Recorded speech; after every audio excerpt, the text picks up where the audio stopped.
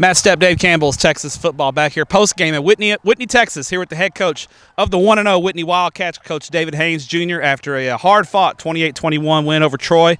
First off, Coach, congratulations. Thank you. Half the teams in the state are 1-0, the other half is 0-1, so we're just happy to be on that positive side. Now I know it wasn't a thing of beauty for you guys. There was some good and there was some bad, and I guess that's to be expected in Week 1. You've been doing this a while. Week 1 always kind of throws a lot of curveballs at you. Let's start with the positive. What do you feel like you guys did well tonight? I thought Jaden Anderson, who's our playmaker, he played a great game. I believe he had 3 touchdowns. He's a dude for us. Defensively, I thought that we played okay. They just a kickoff return for a touchdown. We still got a ways to go, but like I said, we got the win. Yes, sir. All right. I think defensively, that Troy went to a spread offense this year. Coach Brashear comes over, a complete change from what they've been doing. And I thought they executed their offense pretty well, but you guys were able to limit them for the most part. It was just the big plays that really hurt you. They hit a couple of long catch-and-run touchdowns and then the kickoff return. But, I mean, I'd say 90% of the time I thought your defense played well. What was the game plan coming in to slow those guys down? Because they look like they pick up the spread pretty quick. Yes, they do a good job. Coach Brashear does a great job. Now that I'm going back and rethinking, a lot of their touchdowns came off of, like, blown assignments. So we got to go back and look at the tape and see the blown assignments and make sure that we communicate all the way across. Offensively, I know you got a young offensive line. You're breaking in a couple of young running backs as well, so you're relying heavily on your quarterback and some of your playmakers. And I thought Mason Seeley, your quarterback, had some good moments, especially able to extend plays. He's really a good athlete back there in directing your offense. He can keep plays alive for quite a while, which allows your receivers to break free. Yes, sir. He played a great game. He's a leader on this team, very vocal.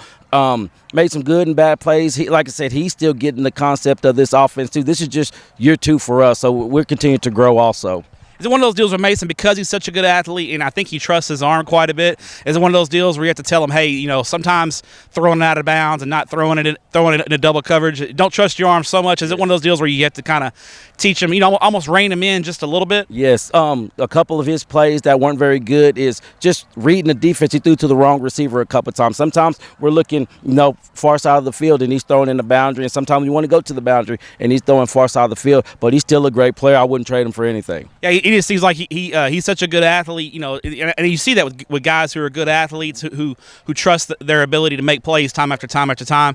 But it's almost like picking your spots, right, when you want to take those risks, right? Yes, sir, and that's what we do with this offense. We try to go fast, and like I said, this Week 1, we had a lot of new guys out there as far as offensive line, running back. We started a freshman receiver, and so once those guys get seasoned, I think we'll be all right. All right, now talk about. I want to say, a little adversity there at the end of the game. You're up 14, and you feeling pretty comfortable. You have a chance to kind of put them away, and you don't. And they hit that long touchdown pass, and you guys throw an interception, and they're knocking on the door to tie the game up. And your guys could have hung their heads there, and they made a stand right there at the end of the game. How impressive was that?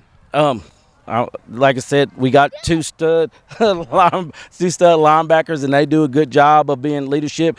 We had to move my son down to the D-line to help get some pressure and some stops. So I'm just proud for our kids, man. They had good 2-a-days. They had 2 good scrimmages, and like I said, I'm just proud of them. Got the win.